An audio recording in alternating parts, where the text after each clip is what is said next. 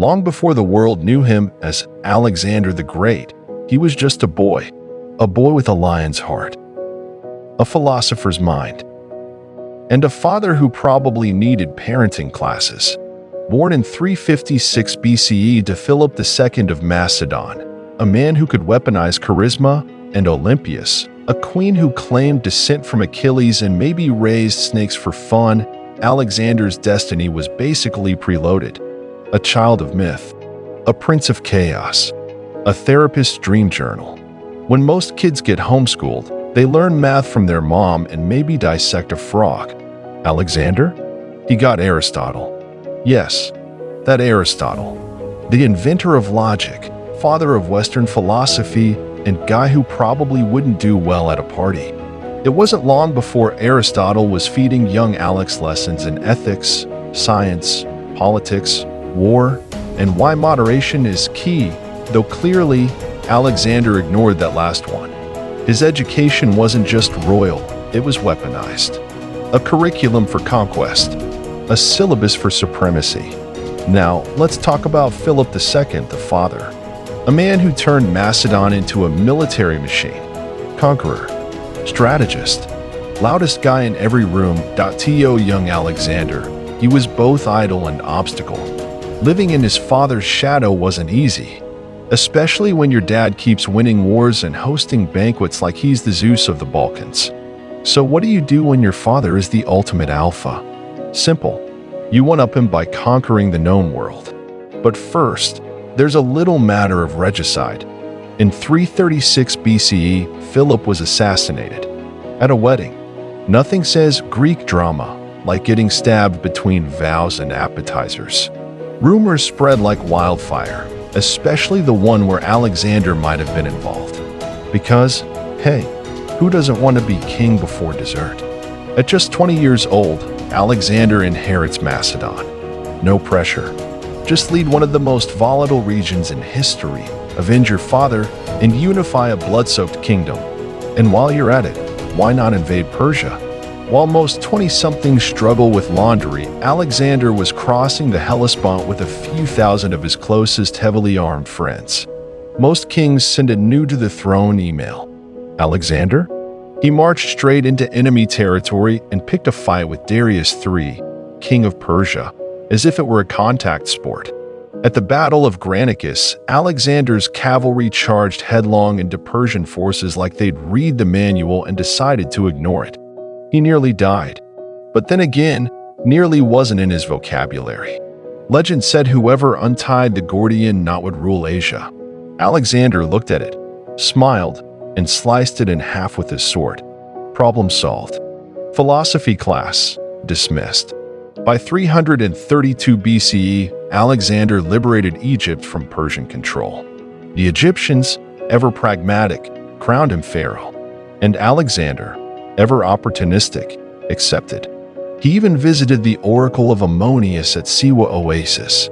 No one knows what the oracle told him, but Alexander walked out believing he was the son of Zeus. We've all had moments where we thought we were special. Alexander took that and built an empire with it. Enter the showdown, Alexander versus Darius III at Gaugamela. Think Super Bowl, but with elephants and chariots. Alexander, outnumbered, launched a tactical masterpiece that would make even Napoleon jealous. Darius? He ran. Again. At this point, fleeing the battlefield might have been his cardio routine. Alexander? He rolled into Babylon like a rock star. He didn't just win. He rebranded the entire war. Before we move on to the next leg of Alexander's world tour, which includes torching ancient cities and almost dying in deserts, hit that subscribe button faster than Alexander crossed the Tigris. Like if you think Aristotle deserved a raise. Comment if you think Philip might have been a little too dramatic. Because this epic isn't done. It's only getting legendary. Persepolis, a city of splendor, jewel of the Persian Empire, columns like giants, gold like sand, and Alexander, conqueror, pharaoh, son of Zeus, stood before it, victorious. Then he burned it to the ground. Was it revenge for the Persian sack of Athens? A drunken dare gone too far? or just a really bad idea dressed up as historical justice. Whatever the reason, the message was clear. The old world was over. The new one bore Alexander's name. After Gaugamela, Darius III did what Darius did best.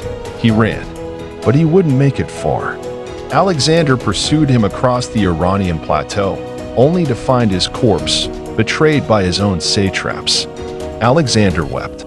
Why? Because a dead Darius meant no final duel, no clean ending. And maybe, just maybe, Alexander had wanted to earn the empire, the hard way. In that moment, he stopped chasing kings and began chasing immortality. With Persia now his, Alexander began acting less like a Macedonian king and more like a Persian one. He married Roxana, a Bactrian noblewoman, adopted Persian dress, expected people to bow. His men were not thrilled. What followed were arguments, desertions, and the execution of his childhood friend, Parmenion, and later Clitus the Black, the man who once saved his life. Alexander was evolving from warrior prince to divine monarch. But gods don't have friends. They have subjects. And still, he marched east, through deserts, over mountains, into India, a place so rich and foreign, it may as well have been Olympus. At the Battle of the Hydaspes, Alexander met King Porus, who fought atop elephants like armored gods. Victory was hard-won. Alexander was impressed by Porus, so much so, he let him keep his kingdom. See? Sometimes Alexander made friends before conquering them. But then, his army mutinied. Not once, not twice, but decisively. After 8 years, 20,000 miles, and more battles than you could count without an abacus. The boys were tired, so they turned back. Alexander returned to Babylon, not as a conqueror, but as a god king, one who now ruled over 90% of the known world. But he was also exhausted, paranoid, and possibly poisoned. He fell ill, feverish, delirious. For 12 days, he withered, and when asked who should inherit his empire, he whispered, to the strongest, which is basically the ancient equivalent of flipping the Monopoly board and walking away. Alexander died at just 32 years old. No heir, no peace. His empire shattered, carved up by his generals. But his legend? Untouched. He wasn't just a king. He was the blueprint for every conqueror, emperor, and ego trip that followed. Napoleon studied him. Caesar cried reading about him. And Hollywood still can't stop casting him as a sun-kissed demigod. Not bad for a kid with mommy issues and a thing for Gordian knots. So what do we take from this? That ambition can build empires. That obsession can torch them. And that being great often means being complicated. If this journey blew your mind, imagine what comes next. Because we're not done telling the stories of wild kings, wild ideas, and wild history. Like, comment, and subscribe for more legends, real and ridiculous. And remember, you don't need to conquer Persia.